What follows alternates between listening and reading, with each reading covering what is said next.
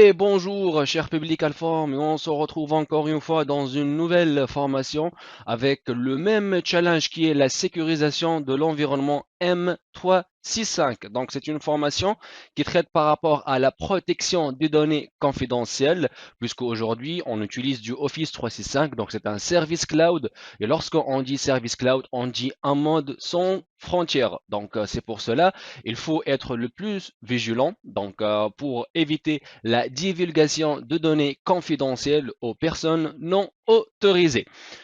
Alors, cette formation, c'est la deuxième partie de la MS500, puisque la première partie, et c'est déjà publié avec, Alform, excusez-moi. Donc, c'est la deuxième partie, puisque la première partie, on a visé la protection des accès et d'équipements, et dans cette deuxième partie-là, on a la protection des données confidentielles. Donc, on va voir tout au long de cette formation-là quels sont les outils qui sont implémentés par Microsoft, donc afin de bien gérer la sécurisation de l'environnement, notamment la data au sein de l'environnement. Alors, avant d'attaquer l'agenda, donc pour ceux qui ne me connaissent pas, Berima Zied, consultant infrastructure et formateur. Je suis certifié MCT, MS100, SC900 et SC400 qui est l'Information Protection Administrator. Et je serai à votre disposition pour toute question et toute explication si vous n'avez pas bien compris quelque chose au niveau de cette formation-là. Donc, je peux vous répondre et ça sera un plaisir d'interagir avec vous sur ce genre de questions et ce genre d'éclaircissement.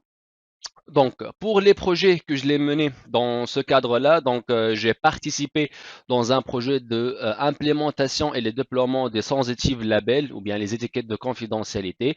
Donc, on a d'abord commencé par la classification, ensuite le déploiement des sensitive labels avec notamment la précision des autorisations ERM derrière. Donc, voilà. Donc, ça c'est le cadre et aussi la DLP, le Data Loss Prevention donc qui nous permet à éviter l'envoi des données confidentielles à des personnes non autorisées. Donc voilà, ça sera une formation comme une sorte de transfert de compétences, donc avec des labs, puisque la formation va être composée par des leçons et des labs, donc avec lesquels on va mieux entrer dans les détails et implémenter toutes les notions théoriques pour que ça soit de plus en plus pédagogue. Alors, pour l'agenda, avant l'agenda, voilà, donc il y a d'autres formations qui sont que je l'ai réalisées avec Alform. Donc ça c'est la quatrième formation.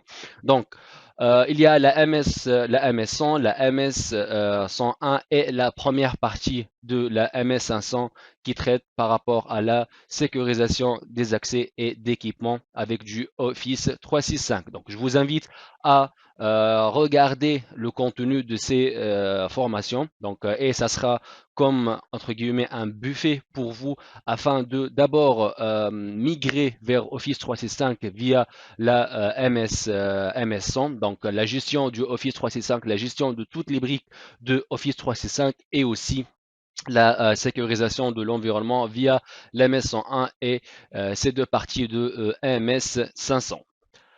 Alors, pour le plan, donc ça sera une formation qui est divisée sur 10 modules. Donc, c'est quelque chose qui est light, mais qui est riche en termes de connaissances, en termes de compétences, donc que vous pouvez les acquérir tout au long de cette formation-là. Donc, d'abord, on va commencer par la protection d'informations chez Microsoft. Donc, on va poser la question aujourd'hui, pourquoi doit-on protéger et sécuriser les données d'Office 365. Donc ça, c'est la question. Donc aujourd'hui, c'est par obligation, notamment si vous travaillez sur des normes telles que par exemple la fameuse RGPD, donc le règlement général sur la protection de données, donc qui exige la protection et la gestion de cycle de vie des données au sein de un système d'information. Donc ici, comme un premier module et aussi dans ce module-là, on va découvrir les ERM, les Information Right Management, qui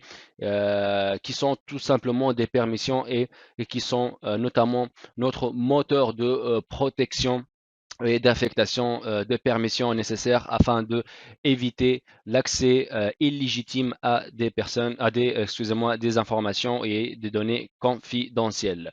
Le deuxième module, la classification, qui est la première étape à faire, notamment si vous allez mener un projet de protection et sécurisation de données. Donc, il faut classifier, il faut connaître il y a quoi comme données confidentielles? Est-ce qu'on va passer à la classification automatique ou bien à la classification manuelle? Donc, toutes ces questions-là, on va voir leurs réponses dans le deuxième module. Ça veut dire que aussi la classification ne veut pas dire que il y a la protection derrière. Donc ça, c'est un point important. Donc, il faut faire attention entre la classification et la protection. C'est pour ça que il y a le troisième module qu'on va le attaquer pour implémenter toutes les fonctionnalités et les mécanismes de protection de données via les sensitive labels, les étiquettes de confidentialité, la DLP, donc la DLP pour Endpoint, pour Teams, pour SharePoint, pour Exchange Online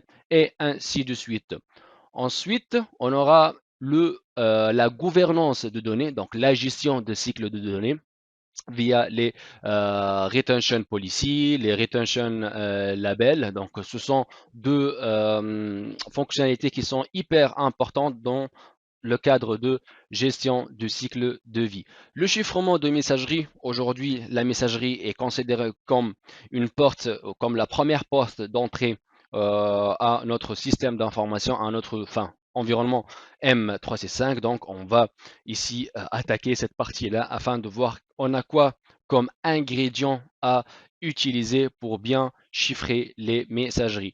Le centre de conformité, notamment la suivi des recommandations de Microsoft, qui est le Secure Score ou bien votre score de conformité aussi, afin de avoir une sorte de map, sachant que notre map initiale dans cette formation-là, en gros, dans les deux parties MS500, pour la partie 1, la protection d'accès et d'équipement, et cette partie-là, la protection des données confidentielles. Donc, on a la base, on a notre chemin et notre feuille de route qui est le Zero Trust Model, mais aussi on a le Zero Trust, excusez-moi, le Secure Score qui sera ici afin de nous proposer des recommandations, des recommandations ou bien des actions d'amélioration. Donc, on va découvrir tout ça, les alertes aussi et les rôles de centre de conformité, puisque aujourd'hui, avec le Zero Trust modèle, la liste privilège, donc on ne va pas toucher seulement les built-in Azure des rôles, mais aussi les rôles qui sont dans le centre de conformité afin de les assigner à des personnes pour faire le nécessaire en termes de implémentation de tout ce qui est mécanisme de protection de la data.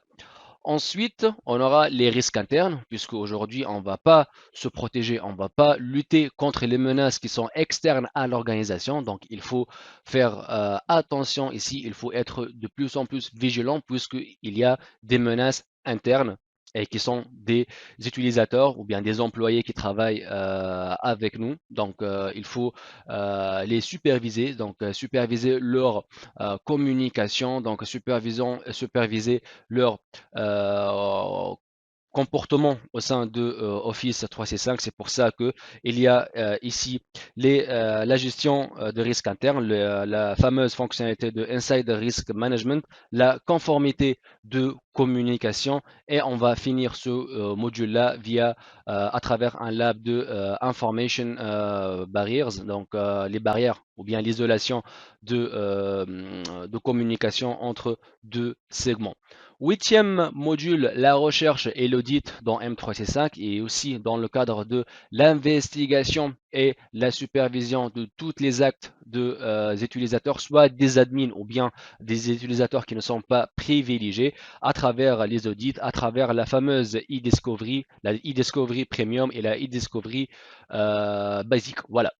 Le neuvième module, donc j'ai fait ça exprès, donc j'ai fait une sorte de synthèse de tous les plans M365, là où on a les fonctionnalités ou bien les outils qu'on va les découvrir tout au long de cette formation-là. Donc quel est le plan dans lequel il existe existe-t-elle les fonctionnalités qu'on a déjà traitées tout au long de cette formation.